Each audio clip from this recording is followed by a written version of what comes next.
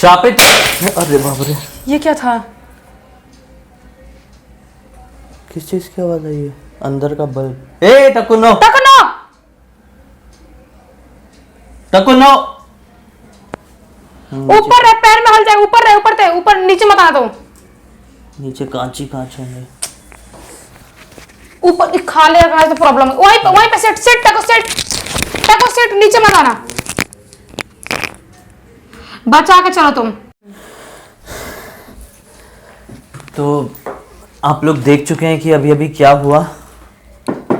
मुझे बीच में कट भी करना पड़ा क्योंकि काफी सारे जो कांच है वो पूरे घर में फैल गए और मेरे यहाँ पर आके बहुत सारे कांच एक साथ लगे। किस्मत है कि ब्लड नहीं आया। हाँ। और सबसे बड़ी किस्मत वाली बात है कि हम दोनों के फेस में कांच नहीं आया, वरना फेस में आते थे छोटे छोटे पार्टिकल थे, वो आके यहाँ पे चुप जाते पूरे। यहाँ पे एक लैंप रखा रहता हूँ मैं, एक बार आपको दिखाता हूँ कि वो लैंप कैसा है। ये देखो, ये वो लैंप है जिसके साथ ये हुआ। अचानक से मतलब हम ब्लास्ट फट गया, पूरा फट गया बहुत जोर से। आपको आवाज तो आई ही होगी कि माइक ये लगा हुआ है और ये रखा हुआ है लैंप मेरे से सिर्फ इतनी दूरी पर। पता नहीं कैसे किस्मत की मेरे चेहरे पर कुछ नहीं आया, सिर्फ हाथ में आया। और पूरे मेज पे, फर्श पे, पूरे जगह, पे, हर पूरे जगह घर में कांच ही कांच। बहुत जोर से ब्लास्ट हुआ एक्चुअली। निखिल ने पहले साफ किया, उसके बाद फिर स्टार्ट कर रहे हैं हम, क्योंकि इतने छोटे छोटे कांच के अभी पार्टिकल भी मैंने से वो चुभ ऊपर का जाते हैं। साफ नहीं किया हूँ। ये देखो, ये कांच के टुकड़े अगर आप देख पा रहे हैं तो ऊपर का करूँगा साफ। खैर, ये वीडियो कुछ ऐसा था कि आज हम आप लोगों को कुछ श्रापित सेट्स के बारे में बताने वाले थे, यानी श्रापित फिल्म के सेट्स, यानी ऐसी सच्ची कहानी, सच्ची दास्तान आपको बताने वाले हैं जो कि भूतिया है और जो कि फिल्म के सेट्स पर ही बीती। और ये हॉलीवुड या फॉरेन में नहीं बल्कि बॉलीवुड की फिल्म्स में ही बीती है, इंडिया में ही बीती है। बहुत मतलब ऐसा लग रहा था कि वो जो भी श्राप है, वो जो चीजें हमको चाहते नहीं हमें वीडियो बनाए। हाँ, और ऐसा होता है सचमुच में। अगर कोई चीज़ श्रापित होती है ना तो वो चीज़ें नहीं चाहती है कि हम उस चीज़ को लेकर कभी भी आगे बढ़े, उस चीज़ को भी कभी भी बताएं। इसीलिए तो हम स्टार्ट किए ही, ये श्रापित बोला स्टार्ट किए तब ब्लास्ट हो गया, पूरा फट गया वहाँ पे। मतलब समझ में नहीं आ रही क्यों नहीं चाह रही वो चीजें, क्योंकि बारे में बोल चुका था ना, स्टार्ट कर ही दिया था। हाँ, थोड़ा बोला था। खैर, आज मैं ये नहीं प्रॉमिस करूंगा कि हम 5 बताएंगे, जितने बताएंगे आज मैं जितने बता सकता हूँ आज मैं उतने बताऊंगा। शुरुआत करेंगे रणवीर सिंह के किस्से के साथ जो कि पद्मावत के फिल्म के सेट पर बीता था। हाँ। क्या हुआ था कि पद्मावत की शूटिंग करने के टाइम पे, ओह आई एम सॉरी, ये देखो मैं बहुत ज्यादा वो हो चुका हूँ इसलिए मैंने गलत बोलना शुरू कर दिया। रणवीर सिंह के साथ तो बीता, लेकिन पद्मावत में नहीं, बाजीराव मस्तानी में।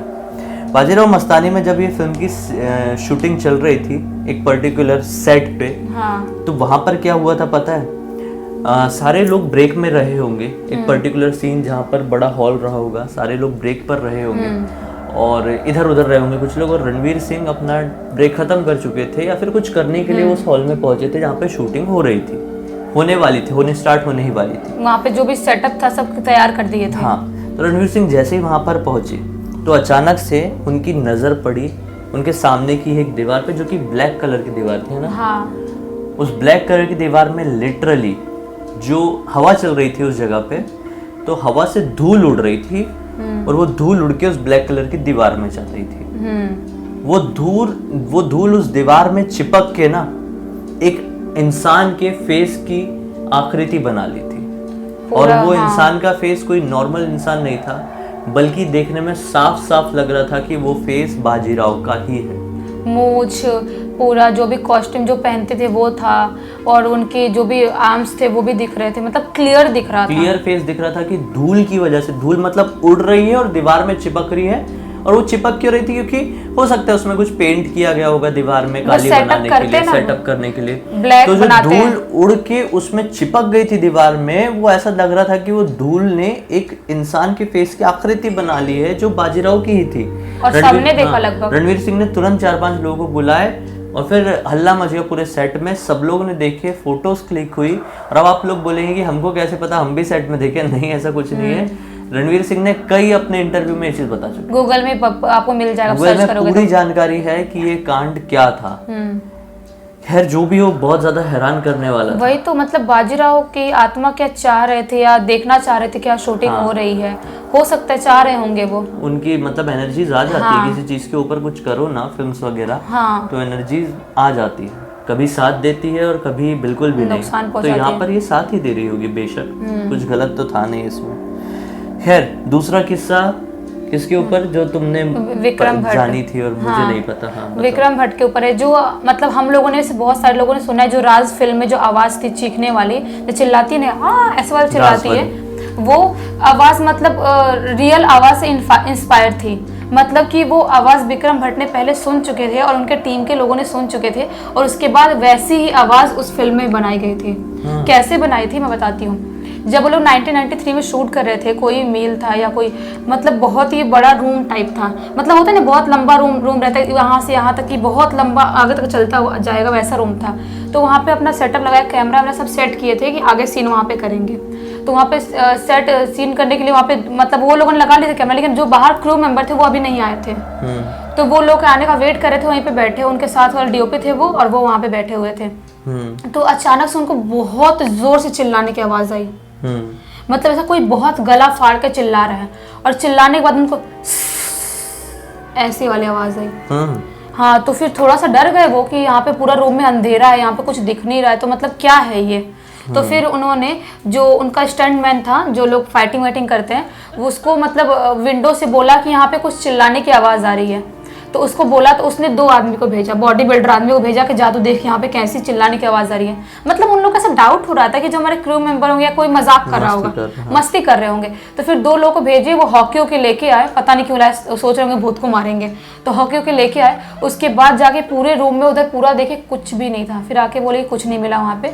उसके बाद वहाँ पे जो चौकीदार था, जो वहाँ पे मतलब रखवाली करता था वो मिल का जो भी जगह था उसका, तो फिर उन्होंने बोले कि यहाँ पे कुछ आवाज़ आ रही थी चिल्लाने की। उसने बोला कि आवाज़ हमेशा आती है, मतलब बहुत टाइम से आती है आवाज़, और लगभग डेली रात में आती है। बाप रे। और वही आवाज़ तुम इमेजिन नहीं करोगे, 2005 में भी सेम उन्होंने एक्सपीरियंस किया, उन लोगों ने, उनके टीम वालों ने। वो 1993 में एक्सपीरियंस किए थे, और फिर 2005 में भी कोई शूट कर रहे थे वही जगह पे, सेम प्लेस सेम जगह, और वहीं से वही चिल्लाने की आवाज़ आई थी। और उससे पहले तो राज रिलीज हो चुकी थी। हाँ, और राज तो बहुत सुपर डुपर। तो मतलब विक्रम भट्ट ने जो राज में चीखने वाली आवाज डाले थे, हाँ, वो 1993 में जो सुने थे उससे इंस्पायर होके बहुत सारे आवाज को रिमिक्स किया, बहुत सारे आवाज को मतलब सुने थे, और बहुत मैच करने के बाद कि मतलब मुझे वही आवाज चाहिए। उन्होंने ठान ली थी, जो मैंने आवाज सुनी थी मुझे वही आवाज चाहिए, और उन्होंने वो आवाज ली, और कितना हिट हुआ था सोचो। ऐसे ही एक और किस्सा था ना, तुम एक बता रही थी, तुम एक सीरियल, उस सीरियल का नाम मत बोलना, नहीं किसी का, तुम एक एपिसोडिक शो कर रही थी। एपिसोडिक शो कर रहे थे। तो उसमें क्या हुआ था किस्सा पूरा बताओ। वो किसी एक लड़की के साथ, उसके साथ एक सीन निभा रहे थे, वो वाला किस्सा बताओ सब लोग को। मतलब क्राइम अलर्ट एक हम कर रहे थे, वो किसी और शो का बात था। हम लोग वहाँ पे क्राइम अलर्ट करने गए थे, वहाँ पे उस लड़की ने मुझे बताई, जो दोस्त थी ना, उसकी दोस्त ने बताई कि उसके साथ मतलब क्या हुआ था। वो लोग भी कोई शो कर रहे थे, एपिसोडिक शो कर रहे थे, और उनका मतलब सीन था कि रात में जाएंगे शमशान घाट में, और वहीं पे गाड़ने वाला सीन करना था। तो उनको क्या जरूरत है शमशान घाट में जाके गाड़ने के सीन करने के लिए, और वो लोग रियल शमशान घाट में पहुंच गए, रियल जगह शूट कर। हाँ, वो लोग पहुंच गए, उनके साथ एक बच्ची थी, और उसको मतलब दफनाने का कोई सीन था, वो एपिसोडिक शो का। और भी सीन थे, मतलब शमशान घाट का ही सीन था पूरा। तो वहाँ पे सेटअप लगा था, उन्होंने रात में वो सीन कर रहे थे, उनको मतलब बहुत अजीब सी एक्टिविटी फील हुई शमशान घाट में। रात के 2 बज रहे थे, आई थिंक 2 या 2:30 बज रहे थे। तो वहाँ पे बहुत गंदी एक्टिविटी फील होने के बाद उन लोगों ने सोचा कि क्या हुआ। फिर उनका शूट के बाद वो कैमरा भी वहीं पे ऑफ हो गया, कैमरा बंद हो गया। उसके बाद कैमरा ऑन करने की कोशिश करे, कुछ ना कुछ प्रॉब्लम हो रही थी, शूट मतलब हो नहीं पा रहा था वहाँ पे। तो फिर उस लड़की को जैसे सीन करने वाला सीन कैसे कैसे किया, उसको गाड़े लड़की को, और गाड़ के निकालने के बाद, गाड़ने वाले सीन करने के बाद वो लड़की मतलब नॉर्मल नहीं थी, जो बच्ची थी वो। उसके बाद वो अजीब सी हो गई, अजीब सी बातें, हाँ पॉजेस हो गई, अजीब सी बातें कर रही है, अजीब सी हरकतें कर रही है, मतलब। और एक जो हेयर वाली थी वो भी बहुत ज्यादा डरती थी, और उसके साथ भी सेम प्रॉब्लम हो गई थी। मतलब मैं आसान लैंग्वेज में बताता हूँ कि कुछ दोस्त थे तुम्हारे, उन लोगों ने बताया कि जब वो कहीं पर शूटिंग कर रहे थे एक एपिसोडिक सीरियल की, तो उनके सेट में ये हुआ था कि एक बच्ची को दफनाने वाला सीन था, तो उन्होंने क्या सोचे फिल्म सीरियल वालों ने कि दफनाने वाला सीन हम असली कब्रिस्तान में निभाएंगे। हाँ, असली में गए नकली कब्रिस्तान बना के नहीं, असली कब्रिस्तान में जाएंगे, गड्ढा खोदेंगे और बच्ची को दफनाने वाला सीन दिखाएंगे। वो लोग गए, बच्ची को दफनाने वाले सीन के बाद मतलब उसको दफना दिया, फिर जब बच्ची को बाहर निकाले तो वो पोजेस्ड हो गई। हाँ, मतलब वो नॉर्मल थी ही नहीं, मतलब नॉर्मल जैसे बात कर रही थी पहले नॉर्मल तरीके से, वैसी नहीं थी, अजीब सी बातें कर रही है। तो फिर ठीक कैसे हुई, कुछ मतलब इसके उसके बारे में मतलब शूट, वो लड़की भी शूट कर रही थी, उसके बाद अपने घर चली गई, उसके बाद क्या हुआ उसको भी पता नहीं चला, किसी को पता नहीं चला। शूट में लोग कहाँ एक दूसरे को इतना जानते हैं, अपना अपना शूट करते अपने अपने घर चले जाते हैं। उसके बाद वो बच्ची ठीक हुई या नहीं हुई नहीं पता। फोन भी आ गया किसी का, खैर बाद में बात करेंगे। और ऐसा ही एक और किस्सा बॉलीवुड से ही जुड़ा हुआ जो चौथे नंबर पे आई गए हम आखिरकार, सरोज खान के साथ भी बीता। पता है सरोज खान एक फिल्म की शूटिंग कर रही थी, पहले की बात है ये, 90s की बात है, और ये फिल्म की शूटिंग हो रही थी ऊटी में ना, बहुत बड़े बड़े हॉन्टेड प्लेसेस हैं वहाँ पे जितनी खूबसूरत ये जगह दिखती है। ऐसा नहीं है, मैं ऐसा नहीं बोलूंगा कि पूरा ऊटी हॉन्टेड, लेकिन ऊटी में बहुत सारे हॉन्टेड प्लेसेस हैं, होता है कांड वहाँ पे, शूट क्योंकि ज्यादा करते थे वो टाइम वहाँ पे। तो सरोज खान फिल्म की शूटिंग कंप्लीट की और उनकी पूरी यूनिट एक पर्टिकुलर होटल में रुकी होगी। तो सरोज खान अकेले ही रूम में, जो बड़े लोग होते हैं वो अकेले ही रूम में रहते हैं, तो अकेले तो रुकी थी, लेकिन शाम के रात के समय में जो उस फिल्म की एक्ट्रेस होगी सरोज खान के एक दो असिस्टेंट, ये सब सरोज खान के रूम में बैठ के अगले दिन की तैयारी के लिए कुछ बातें कर रहे थे। और ये हो रहा था आधी रात में, 12-1 बजे के बाद। हाँ, तो शूट का प्लानिंग तो रात में करते हैं। प्लानिंग कर रहे थे, आराम से बातें कर रहे थे, क्योंकि आजू बाजू के रूम वाले लोग सो चुके थे। तो अचानक से उनको ऐसी आवाज आई कि हमारे ऊपर वाले फ्लोर से कोई फर्नीचर इधर से उधर सरका रहा है, धम धम धम धम करके दौड़ रहा है, चल रहा है। ये आवाज बहुत ज्यादा देर तक इरिटेट करने लगी। दिमाग खराब हो गई ना, अभी दिन भर शूटिंग की है, अभी रात में हम काम करने बैठे तो ऊपर कौन फर्नीचर हिला रहा है, कौन दौड़ रहा है, कौन खेल रहा है। हाँ, डिस्टर्ब होते हैं, तो डिस्कस करे कोई बात के बारे में। फोन उठाए, रिसेप्शन में फोन किए, बोले क्या सीन क्या है भाई, ऊपर इसको बंद कराओ।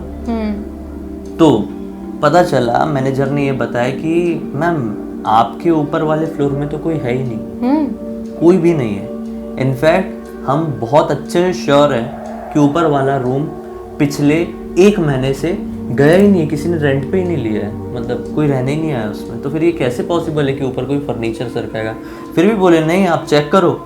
तो इधर सरोज जी का एक असिस्टेंट गया होगा देखने के लिए ऊपर वाले रूम में उस बंदे के साथ, होटल वाले, तो देखे कि वो रूम सचमुच में बंद था काफी दिनों से और अंदर कोई भी नहीं था। तो फिर आखिर फर्नीचर सरकाने की आवाज, चलने की आवाज आ कैसे रही थी, ये कोई नहीं समझ पाया। वही बहुत मतलब कितना मतलब हॉरर मतलब एक्सपीरियंस किए होंगे कि वहाँ पे कोई है ही नहीं और हम सुन पा रहे हैं। वही चीज़ है कि कुछ आवाज़ आ रही है लेकिन हम वहाँ पे कोई है ही नहीं, मतलब कैसे बोलो यार, मतलब अजीब सा लगने लगा क्योंकि ऐसा हो चुका है ना मेरे साथ, इसलिए मुझे अजीब सा लगा। अगले दिन वो लोगों ने ना अपना रूम खाली कर दिया, मेरे साथ भी हो चुका है। मैंने बताया हूँ कि ये वाला कांड अपना वाला। कौन सा वाला? मैंने वीडियो में नहीं बताया कभी। मैं एक शूटिंग कर रहा था, मेरी वेब सीरीज थी, लाइफ की पहली वेब सीरीज। उस शूटिंग की मैंने उसका नाम नहीं बताऊंगा तो उसके दौरान क्या हुआ था कि वो मुंबई के सबसे हॉन्टेड प्लेसेस में से एक ऐसी प्लेस थी जहाँ पर हम शूट कर रहे थे। एक्चुअली मुझे नहीं पता था कि ये हॉन्टेड है, मुझे अभी कुछ ही समय पहले पता चला। उस बंगलो में हम लोग शूटिंग कर रहे हैं, रात का सीन होना था और उस दिन हमारा 2-2:30 बजे पैकअप होने वाला था। तो ये बात है लगभग 11:30 बजे के आसपास की। मड में था? हाँ, मड में ही था, मुंबई के मड में। सारी यूनिट पीछे तरफ, मतलब उस बंगलो के पीछे वाले एरिया में शूट कर रही है और जो बंगलो का हिस्सा है वो पूरी तरह से खाली है, बंगलो में कोई है नहीं क्योंकि पूरी यूनिट वहां पर। अभी मेरा सीन नहीं लगा था, मेकअप करा के रेडी हो चुका था। तो मैंने सोचा कि मैं थोड़ी देर बैठ के यहाँ पे मोबाइल चलाता हूँ या लेटता हूँ, जब मेरा सीन आएगा तो एडी वगैरह, असिस्टेंट डायरेक्टर वगैरह मुझे बुला ही लेंगे। तो मैं वहां पर जाने के लिए ऐसा सोचा कि एक रूम था, एक बड़ा बेडरूम जो ठंडा भी होता था। तो मैं सोचा कि यहाँ पे जाके लेट जाता हूँ। तो मैं वहां पर जैसे रूम में पहुंचा, मुझे दिखाई दिया कि ये बेड लगा हुआ है, ये बेड है समझ लो, और यहाँ पे चेयर है। तो मुझे दिखाई दिया कि वो चेयर में एक औरत बैठी हुई है। हाँ, मैंने बोला यार इतने दिन से शूट कर रहा हूँ मैं, उसकी शूटिंग तकरीबन 20 दिन तक हुई थी। मैंने बोला मैं इतने दिन से शूट कर रहा हूँ, मेरे को पूरे सेट पर, पूरी यूनिट पे कभी कोई औरत दिखाई नहीं दी, अभी कौन बैठी हुई है। मैंने सोचा कि चलो मे पॉसिबल है कि खाना बनाने वाली होगी या कुछ भी होगी, ऐसा मैंने उस समय के लिए सोचा। तो मैं ऐसा आगे बढ़ने के लिए, अभी जैसे ये पलंग था, ये चेयर थी, और फिर उसके आगे बड़ी वाली स्लाइडिंग मतलब डोर था बाहर निकलने के लिए। तो मैंने सोचा कि औरत बैठी हुई है टीम की, मैं इसके सामने कैसे लेटूंगा पलंग में, थोड़े दूसरे रूम में जाता हूँ। तो मैं वहां से आगे बढ़ के दरवाजे की तरफ बढ़ रहा था, तो औरत की ये चेयर और मैं ये, तो बोला एक्सक्यूज मी, थोड़ा मुझे आगे बढ़ने देंगे आप? तो उसने कुछ भी रिएक्ट नहीं किया, अपने पैर तक नहीं हटाई, कुछ भी नहीं, बस ऐसे करके मेरे को देख रही है। और मैं ऐसा करके ऐसा आगे निकल गया। मैं आगे निकला, ज्यादा नहीं, मुश्किल से 7 कदम मैं आगे बढ़ा, ये दरवाजे तक जितनी दूर ये कैमरा रखा हुआ है वहां तक पहुंचा। मैंने फिर वापस से पलट के देखा कि ये थी कौन औरत, चेहरा तो देखूं। पलट के देखा तो उस चेयर में कोई था ही नहीं। मतलब यहाँ से मैं कैमरे तक पहुंचा, पलट के देखा तो देखूं तो कौन बैठा है कुर्सी में, पलटा तो चेयर में कोई था ही नहीं। मतलब तुमको तो फिर वहां पे रहने में मुश्किल हो गया होगा फिर तो। मैं डर गया, बहुत ज्यादा डर गया था लिटरली। और एक सेकंड के लिए मुझे ऐसा लगा था नहीं कोई बैठा रहा होगा और उठ के चले गया होगा। मैं अपने आप को यही मनाते आया इतने दिन तक, नहीं कोई बैठा रहा होगा उठ के चले गया होगा।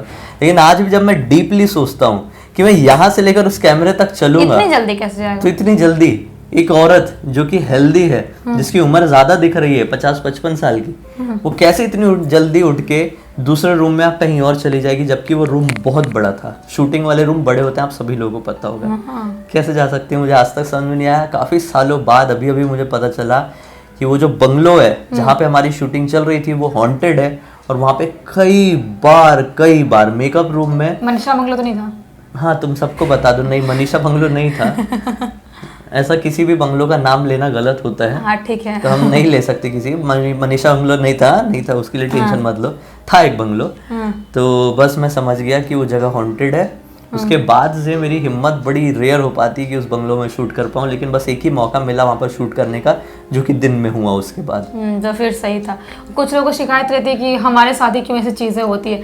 जब हमारे साथ ऐसी चीज़ें हुई हैं तो हमारी आँख खुली है कि हाँ ऐसी चीज़ें होती है, इसलिए हम बताते हैं। हाँ, तो ऐसी चीजें घटती हैं दुनिया में, और खासकर फिल्म के सेट पर बहुत ज्यादा, क्योंकि जो ये फिल्मी लाइन होती है ना, इससे लोगों के बहुत दिल लगा रहता है। हाँ। सिर्फ दिल नहीं, आत्मा लग जाती है लोगों की। तो वो चीजें फिल्म इंडस्ट्री को जल्दी छोड़ नहीं पाती है, अटक के रह जाती है फिल्म इंडस्ट्री में। इसलिए शायद फिल्म लाइन वालों के साथ ये सब ज्यादा बीतता है। खैर, इसी तरह के आपके साथ भी कोई इंसिडेंस हुआ होगा तो कमेंट सेक्शन में बताइए, या फिर इंस्टाग्राम के लिंक हमारे वीडियो के डिस्क्रिप्शन बॉक्स में क्लिक करके वहाँ पर पहुँच जाइए, हम दोनों की ही, और वहाँ पर आप अपने एक्सपीरियंस शेयर कर सकते हैं। मौका मिलेगा तो हम लोग ज़रूर बात भी करेंगे।